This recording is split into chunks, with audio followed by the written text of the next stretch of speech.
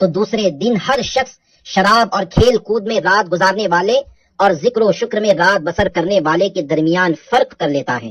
میرے آقا اعلیٰ حضرت شاہ امام احمد رضا خان رحمۃ اللہ علیہ فتاوی افریقہ میں سجدے کے نشان کے متعلق طویل بحث کرنے کے بعد صفحہ 66 پر لکھتے ہیں، اقول یعنی میں کہتا ہوں، اس بارے میں تحقیق حکم یہ ہے کہ دکھاوے کے لیے قصدن یعنی جان بوجھ کر یہ نشان پیدا کرنا حرام قطعی و گناہ کبیرہ ہے، اور وہ نشان معاذ اللہ اس کے استحقاق جہنم یعنی دوزخ کی حقداری کا نشان ہے جب تک توبہ نہ کرے۔ اور اگر یہ نشان کثرت سجود یعنی زیادہ سجدوں سے خود پڑ گیا تو وہ سجدے اگر ریائی یعنی دکھاوے کے لیے تھے تو فاعل جہنمی، اور یہ نشان اگرچہ خود جرم نہیں مگر جرم سے پیدا ہوا، لہذا اسی ناریت یعنی دوزخی ہونے کی نشانی۔